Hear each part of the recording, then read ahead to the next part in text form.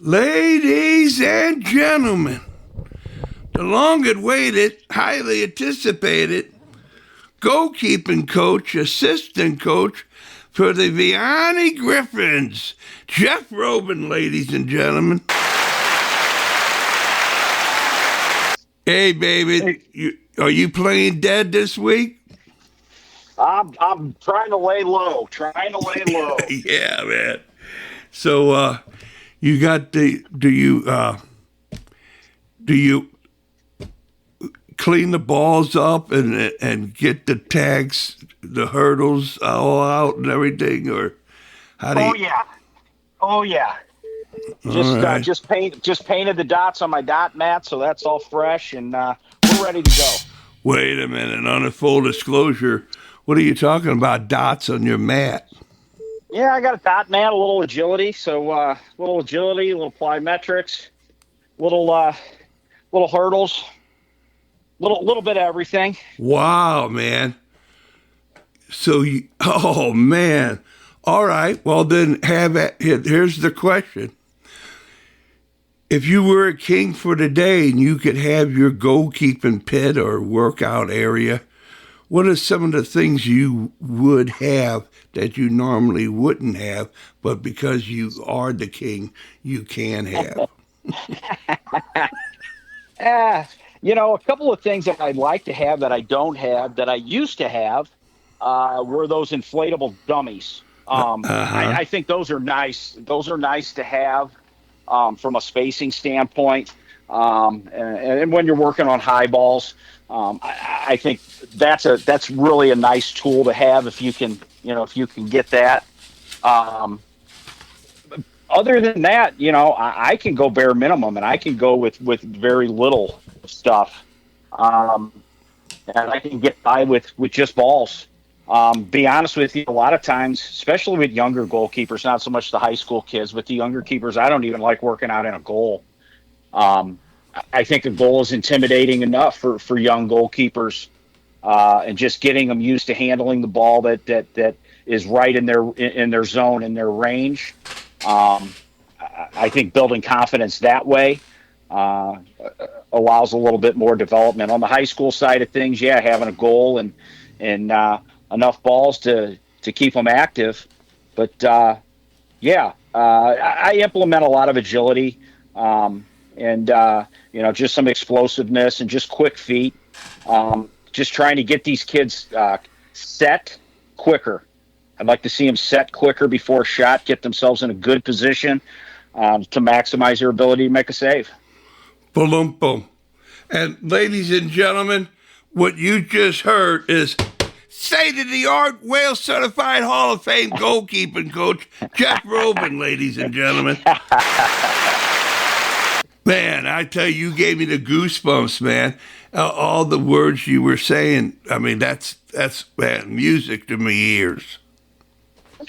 Well, I'm just glad here recently, and I say recently, within the past less than 10 years, I've been doing a lot of the goalkeeping. Whereas when I was head coach at St. Mary's, guy you're very, very familiar with, and he's Wales certified as well. Oh, yeah. Chills Miller. Chills was my goalie coach. Boy, you talk about a guy doing more with less. Yes. He would just come out and just do some crazy trainings that, I just looked and watched and I just thought to myself, that poor kid. But I'll tell you what, that kid was ready to play. When a game rolled around, that kid was ready to play. Oh, man. You were still in grade school when he was around, man. He was Oh yeah. a dandy each and every time, man. I mean, Yeah. wow. If you did you ever have the pleasure or the displeasure of ever playing soccer on Aviation Field, all up in that area there? Oh yeah, quite a bit. We used to train there when I was in high school. I remember, Tom Matea, my uncle, was a coach in the Bush program, and so either Dave Berwin or Roger Engelhardt. But we practiced at Aviation quite a bit. Played some games, played some tournaments there, but We played there a lot. Yeah. Okay. Well, then there you have it. So you know how all the fields were laid out at the time, right? With Oh yeah. with Oh the yeah. wooden goals. Well, Yep. I was playing over towards the police with the horses. On the mounted police in the rugby fields. Exactly. And, yeah. And I was over there and over towards the the brick wall where you used to park and climb up over that field. Line up people all around, and you would hear, a little, and and that was McClure North with Altros and all the Larry Helser and all the boys, Lenny Totebush and them playing against Cleveland High School with Chris Miller and some guys that'll rock your socks. Oh yeah. Oh yeah. Yeah, and there it was, back and forth. McClure North must have, they didn't have crosses, shots, one-on-ones for 15 consecutive minutes trying to tie. It wasn't, I mean, that's what Chris did. When he commanded a game, he dominated the game. No question. No question. I never had the pleasure of watching him play. One of my big regrets, but heard all the legendary stories. And you just brought one up there. So yeah. His training sessions were incredible, though. I mean, some of the stuff that he would do. We were lucky for some of those years. We practiced at the Santa Maria Knights of Columbus in Bella Villa, and a guy named Jim Madden took care of us. Old Laclede Gas guy. He took care of us over there, allowed us to practice there. But Chris would get a hose and he would soak this area and just make it really, really wet. And he'd get his keepers over there sliding around and diving around. When the ground was really, really hard. And yeah. Man gave him a thorough workout. He would come in and say, "Robes, I just got back with a relative of his," and he goes, "I got this book." He goes, "And it's Romanian speed skate training." And I'm like, "What?" And I'm like, "Chills, knock yourself out." And he would do this stuff with these kids. And again, I would sit there and I just think, you poor guys. But man, always prepared. Keepers were always prepared. He used to play Gaelic football with the goalkeepers, and our kids would watch, and they're like, "Coach, what are they doing?" And I said, "They're playing Gaelic football. Can we play?" And I'm like, "Okay, maybe." We got to tone it down a little bit, but we would play a little bit, and oh man, a lot of fun. Those were great days. Were great days. Yeah, man. And that's what it is that any of those goalkeepers, when you talk to them and you say, "There's about Chris Miller," their eyes light up and they grin from ear to ear. Oh yeah. Oh yeah. Because it's not a goofy, you're training ducks or anything. In the midst of a game like that, you have to be like that. I mean, that's game situation. Yeah. Yeah. And if you're not prepared, what you were talking about, SETI being in movement to explode, you're picking the balls out of the back of the net instead of, finding where the ball's at to make be ready for the next one. Yep, that's for sure. Yeah. I describe keepers as some are lumpy, some are kind of lumpy, and they get the job done. They have a tendency to get in the way of the ball more than making saves, but they're active and they're there. And then you have your smooth, your slick goalkeepers who are reading the game. They're getting in position. They're getting set.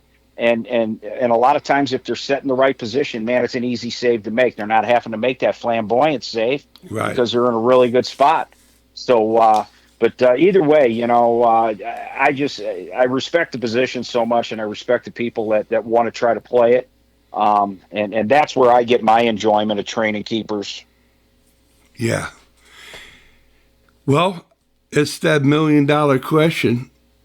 Did you enjoy outdoor or indoor more, or futsal? Never played futsal a lot. It was more of a training thing, and didn't play much of it. Um, I enjoyed indoor because I played a lot of it kind of growing up, the soccer dome and the Concord leagues as young kids and that. It was always fun. It was always different. I enjoyed outdoor more because it was the game I was classically trained in. And made my bones through high school, club, and then college. But indoor was the only game available to me at the time when I finished college, and so I played indoor. And I was fortunate to be around some guys who knew the game and knew it well. Local guys. Warren Lipka was my first coach in Fort Wayne, Indiana, and he was a Lindbergh High School guy, South Carolina. But Warren got me up to Fort Wayne and really helped me with the indoor game. Then my next year, I was with a guy named Carlos Pena, who I learned an awful lot from. And the indoor game is certainly a different game. But man, once I got back out on that outdoor field, I felt at home. I really enjoyed the outdoor game. Um, I felt at home in the goal mouth of a bigger outdoor goal. Um, I enjoyed my time playing indoor, and it was what it was. It was what was available at that time. Right. But I was fortunate. I played on that Open Cup team with the Bush Seniors, and that was a great team, just a great team. Man. And that was probably the highlight of my outdoor playing, winning the Open Cup and just playing in big college games that I can remember. And the couple of years I played with the St. Louis Knights, Jimmy Bokern and Al Trost coached that team. Wow. And man, we had a cavalcade of players that it was just kind of an open door. Who's available this weekend? And I mean, in the 2 years, I bet you could find 100 guys that said they played on that team because we it just seemed like we constantly needed players. And we had a core, but there was a lot of guys that kind of came in and came out, and all St. Louis guys, and we had a lot of fun doing it. And that was kind of the very beginning of what is now the USL. It was the USISL, and it was kind of regional leagues, and the Knights was playing in a Midwest league, and it's a shame it came along a little bit late in my career, but I enjoyed it. I enjoyed the outdoor game just immensely. Man, I mean, that's really a jaw dropper if people don't know the history of St. Louis soccer. That it's just recently, it's just been going kind of goofy. It was always a going in that these guys are taking it over. These guys are these gals. It was a steady stream. I mean, that outdoor team, holy cow, baby. U.S. Yeah. Open, when people, they were hungry for the Open win, man. Oh yeah, I mean you competed in both of them. You competed in the amateur and the Open, and if you were fortunate enough to get far, and if you had to pick one or the other. And I can remember that year that we went to the Open Cup. We were competing with Kudus. We lost to Kudus in PKs in the Amateur Cup final, I believe in Missouri, and they went on and did well in the Amateur Cup. They had won the Open Cup. That same team had won the Open Cup a 2 years before that. Paul Duker was the keeper on that team. Wow. A lot of good players. Teddy Hantek, Dave Bosdek. Oh, I think Jimmy dropper. Bokern was on that team. Yeah. Yeah. Oh man. Yeah. Yeah. Well, Yeah. I probably played with Teddy at Umsel and played with Boz in high school and through club and beyond into senior men's soccer. I think that's the thing that's kind of missing now is the senior men's soccer. You just don't have that, that senior men's league that flourished back in the day. that was a lot of fun to play in, Yeah, and yeah, big time. it gave you an opportunity to, at that time there wasn't anything else going on. You could play in the Amateur Cup, you could play in the Open Cup, and Yeah. you could ride that wave as far as it took you. Well, I don't know the exact difference between the amateur and the Open Cup. Do you? Could you enlighten us? Well, I think the Open Cup was available to players who were still under professional contracts or, had been removed from a couple of years, but at one time were professional players, and so the Open Cup was open to those players. You could have those players on your team. Um, and you didn't necessarily have to be professional, and it didn't indicate that you were getting paid anything. It was just you were on this open team. So the open team could have professional players. Greg Mikowski was on that team, and I don't know if Greg was still a professional player at that time or if he got his amateur status back. Um, but we played a team. We played in the semifinals. A team from New York, and Hubert Berkemeyer was in the other goal. Yeah, and then John Doyle was on the team that we played in the finals from San Francisco, and he was on the Yeah, national team. absolutely. He was competing on the national team, and so I don't know. Yeah, I think that's just what it was. I think if you had amateur status, you played in the Amateur Cup. You could play in the Open Cup as an amateur as well, and that's kind of what we did. well, But how was your hairstyle? Did you wear a cap or the mullet, or what kind of cap hair did you have back in the day? I had hair, and I had lots of it. I didn't start wearing a hat until I actually started playing outdoor with the Knights, and I got to wearing a cap, just a little black ball cap. Your basic cap, as a matter of fact, is what it said. It just said your basic cap. If I'm not mistaken, I think that was a brand of cigarettes back in the day, and it was kind of their freebies that they gave out. And I just kind of liked the way this cap fit. Yeah, But I would wear that cap later on, in the '90s. But all through the rest of the time, no, I was hatless, and I had hair. I had a lot of it, and I wore it. yeah, I had yeah. the soccer rocket. I think they called it the soccer rocket back in the day. Nice. How about the Yeah. particular brand of gloves and boots? Did you have a certain set? Yeah, I was an Adidas boot guy. If I could get my hands on Copas and wear Copas, I'd wear Copas. I mean, growing up back in the day, and I'm aging myself, man. You weren't anybody if you didn't have a pair of Gerd Muellers with the yellow stripes. I mean, Um, nobody. so you had those, or you had the Copas, or you had the Pumas. I had Puma Kings or Puma Rapids as well. Those were boots that I would wear. Yeah, I was a Yule Sport guy. I like Yule Sport gloves. The 034s were the pair, the red palmed ones with the white back and the black and red trim. Those were the cream of the crop. Those were the best of the best, and I enjoyed those gloves quite a bit. I mean, there's a lot of them out there now, and man, it's just crazy what these gloves it's yeah, just crazy what they are and what they do and how much they cost and yeah. but yeah. And the reason I ask is that because the Griffins, do they come to for a little Q&A with you about how to go about all this? Do you try to instill a personal style for them to be ready to dress for success, ready to impress?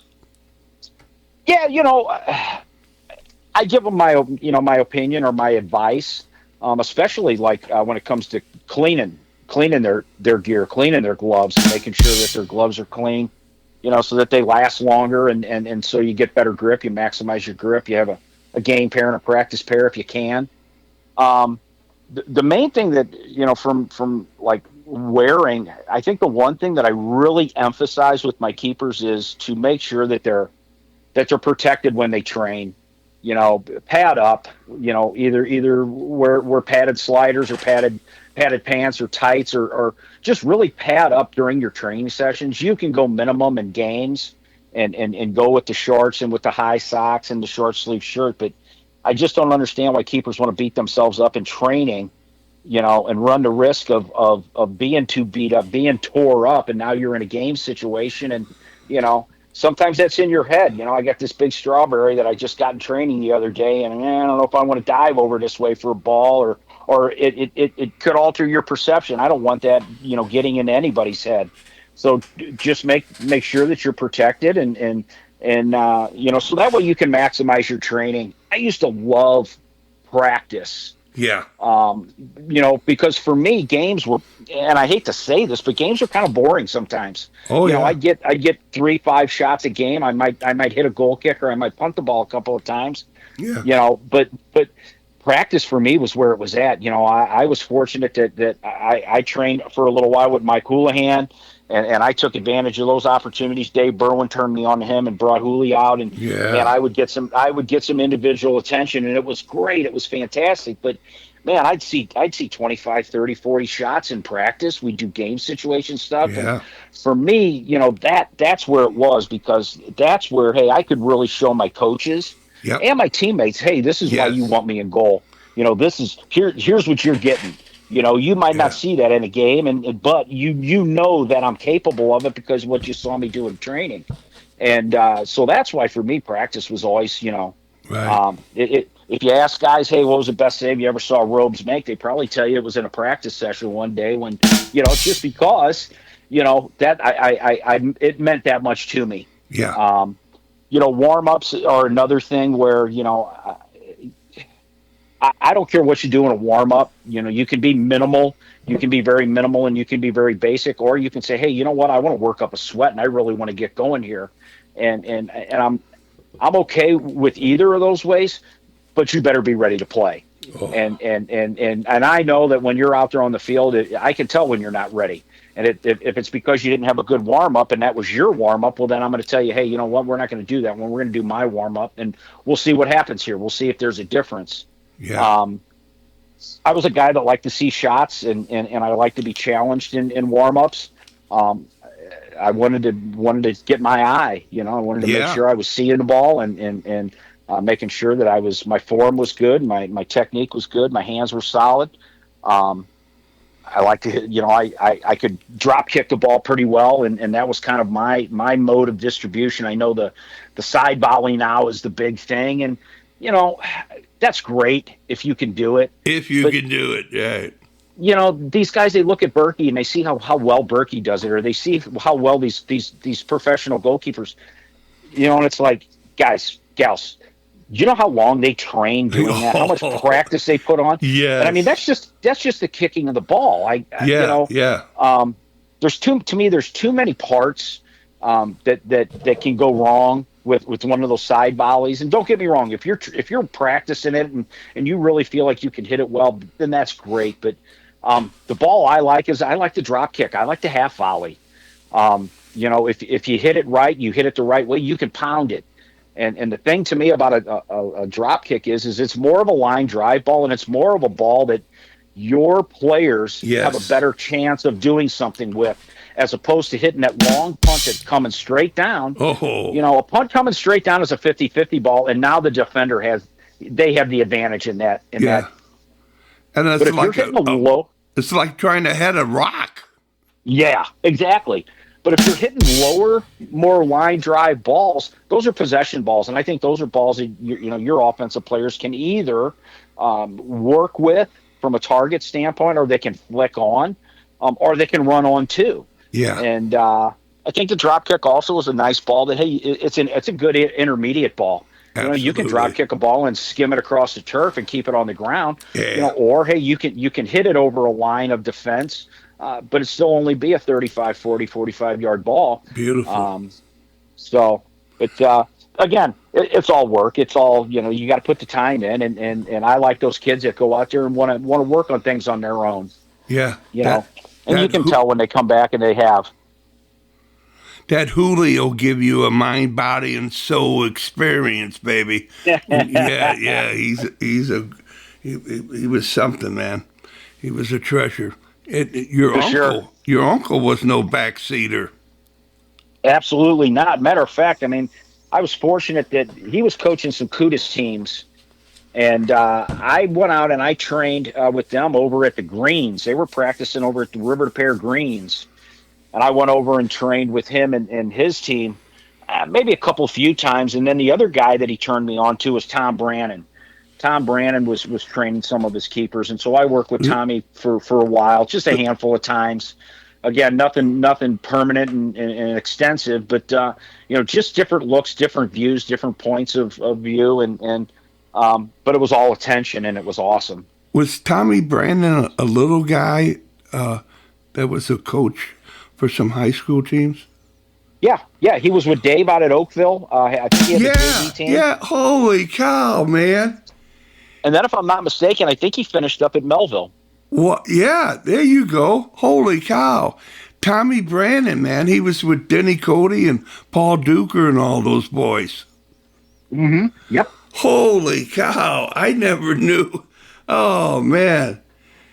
Wow. He played over at Harris Stowe, I believe it was. Yes, you are correct. You are correct. Wow, goalkeeper extraordinaire, huh?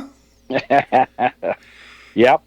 How about it? Do you remember in kindergarten or something, a goalkeeper for the St. Louis Stars called Barney Davidovich? No, did not. Well, this cat was around 6'7", from Eastern European, and he had a small head and body, but his legs were the longest legs. And quite a descriptive picture there. Oh, Wales. yeah, and his arms were as long as his legs. He would. No, I can honestly say I don't remember that. Oh, well, you would have if you see this guy.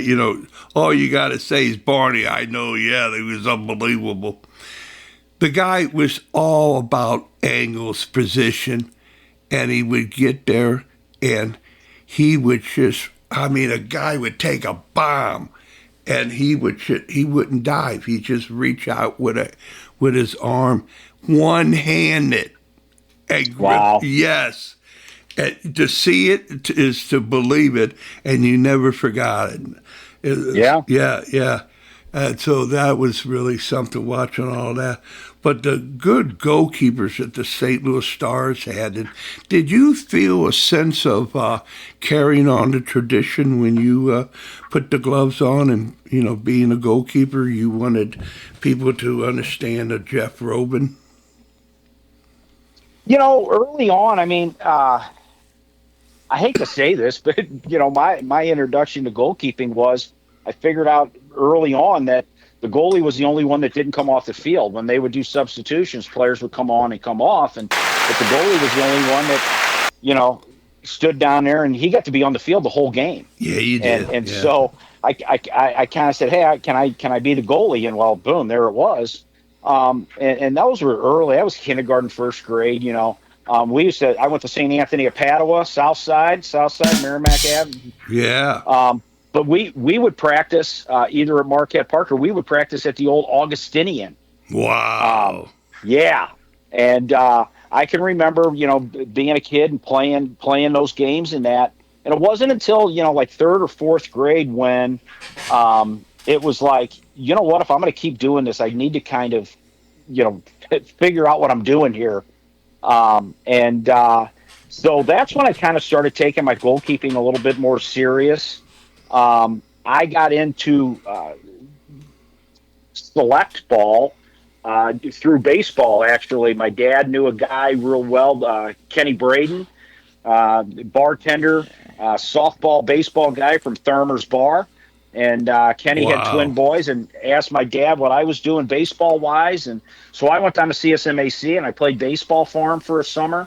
And they said, hey, do you play any soccer? And I said, I do. And they said, we have a team. And so I played, on a team with them and did play CYC as well. But that was kind of my first introduction. And that was probably, sixth or seventh grade. Yeah. And one of those games was out of Merrimack Quarry League, which is now Colping. And we played the Busch Garden Soccer Club, which was my cousin's team, Paul. And my Uncle Tom was the coach, and Dick Westbrook was the other coach.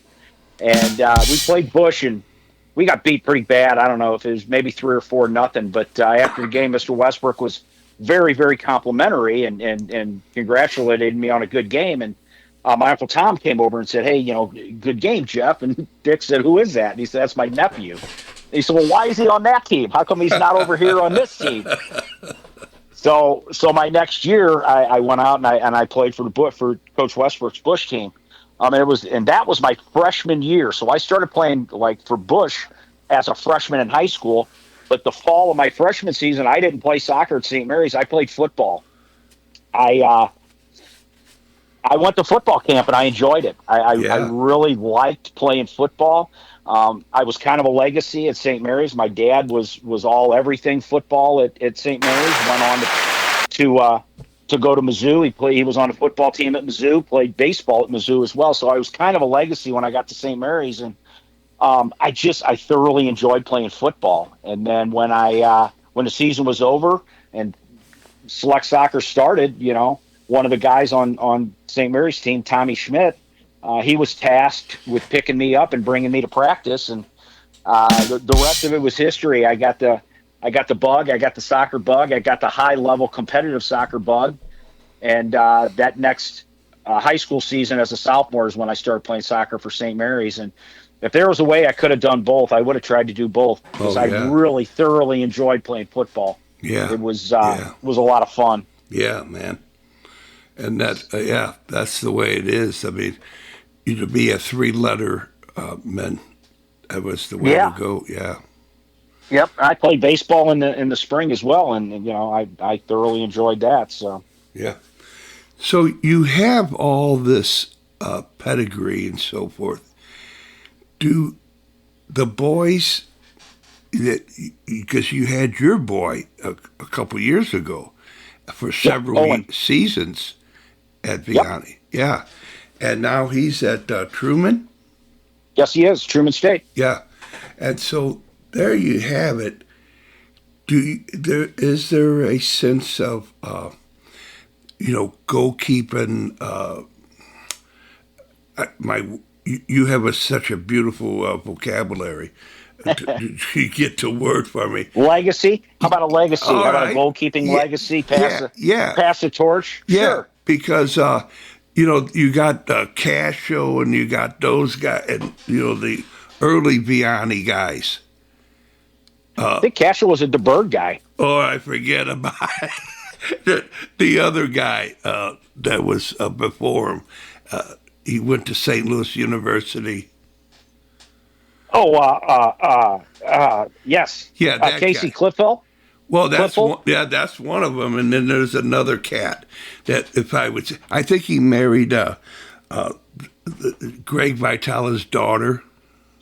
Oh, that was Steve Fuse. Steve Fuse went to DeSmet. Oh, forget about it. Oh, I'm so sorry. So sorry. No. All good. All good. Yeah. But you get with Casey and the guys after that. There are guys. No question that Vianney had a long, good tradition of goalkeepers, and Owen had a choice between DeSmet and Vianney, and he chose Vianney. And Brian Haddock was just gracious enough to absolutely, offer me a position on a staff. I had inquired previous, and it was great. And I got that bonding with Owen every day from the time he was a freshman. Not just Owen, all the goalkeepers. Yeah. But it was special to be able to do that. And it was kind of my hope when I was at St. Mary's was that I coached my daughter at Notre Dame, and I was hoping to coach my son at St. Mary's. And it didn't work out for me. It didn't work out the way I wanted it, but it worked out unbelievably for Owen. I am so proud of him and the man he's become. He's a sophomore, but he redshirted last year, so he's got 4 years of eligibility. He's really taken a leadership role with a pretty young team up there in Kirksville, and they got some nice players. And I think they're going to rattle some cages and make some noise in the next couple of years. And I'm really looking forward to watching them play. It's been a while since I've, haven't been on the same sideline as them. And getting to watch them in this capacity is just really exciting. Jim Whipke put a team together of guys that he had played club with the year before, and they played in this men's league. This, I don't know what it was, USL Fourth Division, whatever. Yeah. And it was an area league, and Owen played in that with the rest of the St. Louis Development Academy guys. And I'll tell you what, that was entertaining. That was a lot of fun to watch. Yeah, man. So it's really whet my appetite for the fall and for Truman State soccer. Good. So you fully understand, and I'm sure the Griffin goalkeepers, they get the message of they can be a game changer, and the whole yeah. My nickname was One Goal Whale. It's a one shot, one goal, we lose 1-0. I mean, yeah. Gosh darn. Yeah, I hear you. But the whole idea is that it was some really fine play. And being in the league that you're in, the MCC, you got to bring your A-plus game. Every night. Yeah. Every night. There you go. And now, and you know what? I mean, that even the teams that you're playing outside your non-conference games that you're playing outside of your conference, and we play. I think Chaminade's the only team that doesn't play in the CBC tournament. So I mean, we're getting those games at the beginning. So I mean, our schedule's second to none. Any of those MCC teams. But now, you're going outside and you're playing other quality high school teams. You're playing the Lindberghs. You're playing the Ladou's. You're playing these teams. If you're going north or you're going northwest and you're playing, the Zumwalts and the Howells, I mean, these are teams that are just dynamite teams. Liberty's always got a good team, And so from an MCC standpoint and playing on an MCC team, you're not only being challenged in your conference, but you're being challenged outside of your conference. And, hey, that's the only way you're going to get better. Yeah. That's the only way that you're really going to prove your mettle is to play good, meaningful games. And I think a schedule like the MCC teams have, it just warrants that. It just forces you to be on your no easy ones, no slouches, no nights off. You're getting everybody's best every time you're on the field, and that's the way it should be. Yeah. And that's a nice little place you have over there in the night games at Vianney. But in that St. Louis High School Champions League, in your pool you have Fort Zumwalt West and Ladue. That you play the winner of the Clayton, Webster, Slough, and Chaminade. And then that only gets you to the Final Four, where you have to play the winners of the Timberland, Principia, how you pronounce it? Principia, Lindbergh, DeSmet, Oakville, St. Dominic, Liberty, and Francis Howe. I mean, some of these, I said, what the hell is that? And, you're going to find out because That's exactly right. Yeah. If my mama told me to knock you out, that ain't no kidding, man. And so. That's exactly right. Yeah. And you play against these teams, they're very serious about beating a legacy school. I mean, they're like, they wine and dine on it. That goes without saying. That goes without saying. We get everybody's best for that reason, and that's a feather. That's a feather in team and programs cap. We played this team well. We tied this team. We beat this team, and that carries a lot of weight. And sometimes those teams don't need that, but boy, it looks good on their resume to say, hey, these are the teams that we played. We play a tough schedule, and that's the way it should be. Nobody should back into a playoff situation, and I think that Champions League thing is just awesome. It's a fantastic avenue to really see some high level, high quality soccer, and overdue. I'm glad that I've been a part of it now, and looking forward to many more years. Right.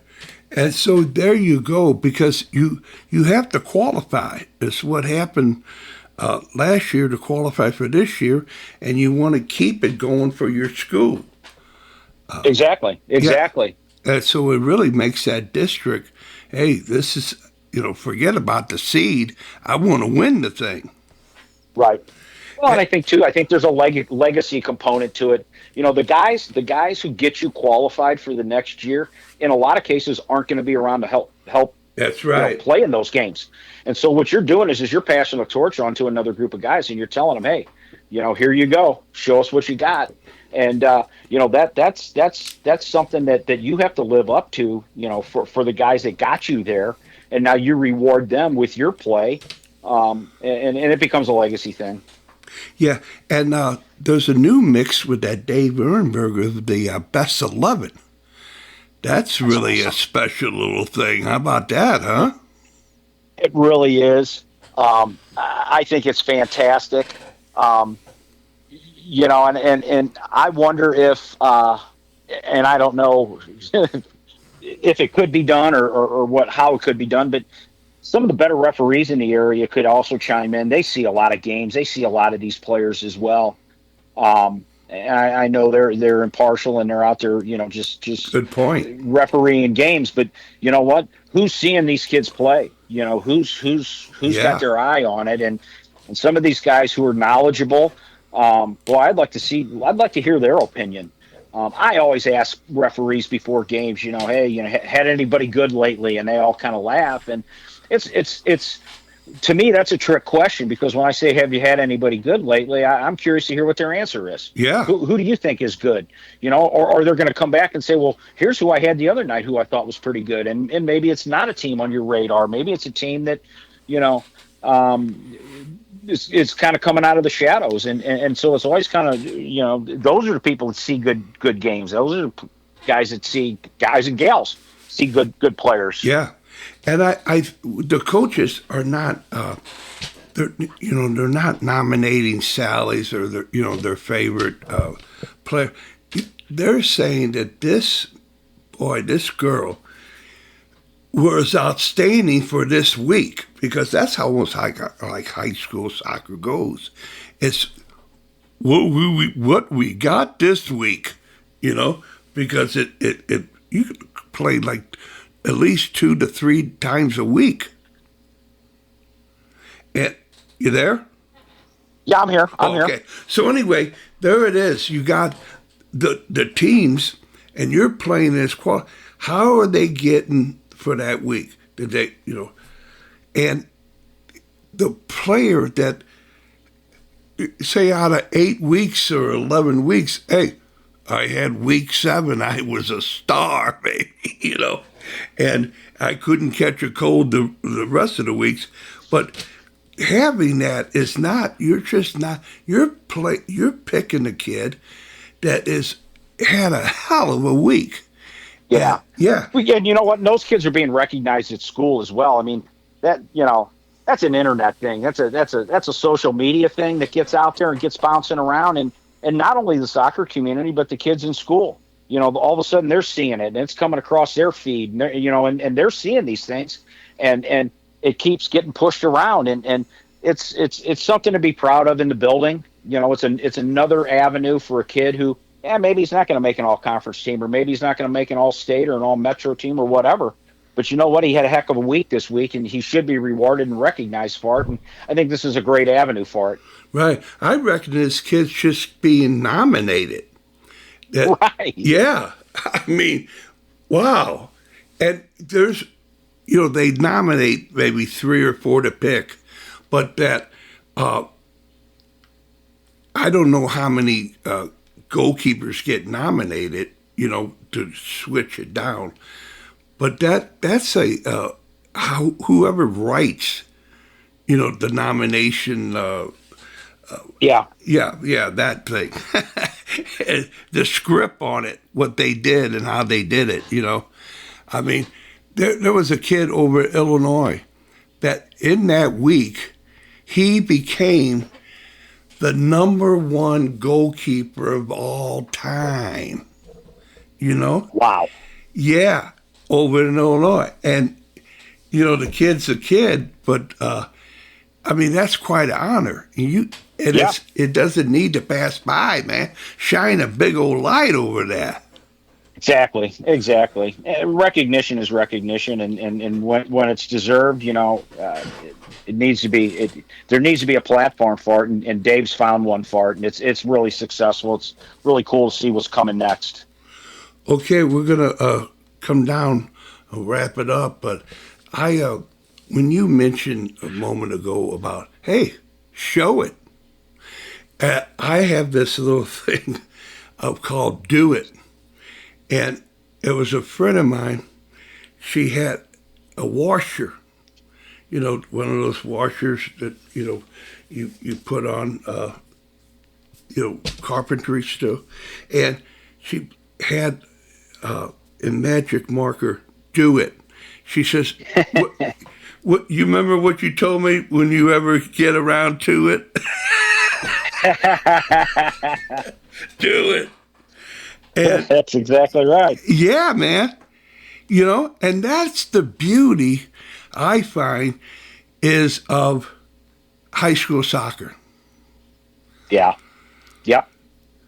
It's better than I agree. I think high school soccer is where it's at, and I wish more kids would I'm all for those kids going and taking those opportunities to be seen and increase their purview and their opportunities. But man, when those guys get that opportunity to come back and play in high school in front of their friends, in front of their classmates, and in front of big crowds, you just don't see that on the club academy level. And I just think that there's a special place for high school, and it's memory building. It's something that lasts forever. Yeah. It's something you talk about when you come back to your reunion 10 years later. Yeah. And, that's first 20, 25 kids. That's a good decision to be to be able to make, Right. Yeah. But when you're, on the 80th kid on the depth chart, come on, man. Right. I mean, you're going to show it in front of nobody. But anyway, that's that. But here it comes down to where I want to thank you for your time spent through the blood, sweat, and toil of all the, playing, being a coach, and this and that, being a soccer dad and everything. I mean, all that you got to love the game to be able to go through all those stages, Absolutely, and I do. It keeps me young. Yeah, you go. Keeps me all young. right. Keeps me young. Look forward to it every fall. Look forward to it every spring. And did you have to paint or put the screws, tighten up the screws to those little stools that you have for Brian and is the little Irishman coming? And Marty, oh yeah. Yeah, I WD-40'd them up. We're ready to rumble. Oh, ready, baby. I mean, that's some style. No one else comes close. Yeah. Yeah. So you have all that. And now it comes down to where, hey, you went to the Final Four last season, went to the final. And you got any returning cats, or did they all graduate? We graduated a pretty big class, and some of the kids that we did have returning are kind of on the fence as to if they're coming back and going to compete this year. But we had ourselves a nice group who were waiting in the wings. And the one thing that I really, really respect about Brian and his programs is that he has pretty good sized teams, and he always seems to have a large senior class, which means then you also got a large junior class. And the next group that comes up, man, he really prepares that next group. And I think we got some hungry kids chomping at the bit. I think we got some players who saw the success we had last year, and they want to duplicate that. They want to replicate that. And so I think they're in a position where, we've had some very, very competitive sessions over the summer. And we've got some new young players coming into the program. So I see us being, again, in another position where, hey, we're going to compete. We're going to be competitive. and we're very anxious to see where it all falls out. Go Griffins! Go Griffins! What is custom here at Whale Certified is to say, hey, thanks a lot, Jeff. And if you ever, whatever you want to say, to who you ever want to say it to, for as long as you want to say it for, this is your chance. This is your opportunity. I don't know, Chills. Wales, we talked a lot today. We talked about a lot of people and talked about a lot of stuff. And the conversation was premised on the high school season coming up. So, hey, I just want to wish all the boys who are playing the best of luck. All the coaches who are working with those boys, the best of luck. And I want to wish all the parents a good season as well, because this is as much about you and watching your son kind of live out his high school thing. And it's a big thing for high school parents as well. And so I just hope everybody has a great season, has a healthy season, and has a successful season, whatever you consider success. And I just wish the best for everybody. Jeff Robben, you're now in the Whale Certified Hall of Infinity. Thanks, Wales. I appreciate that very much. All right. It's been a pleasure. All right, then. So cheerio to you and yours, and we'll be seeing each other around. Thanks, Wales. Appreciate it. Bye-bye.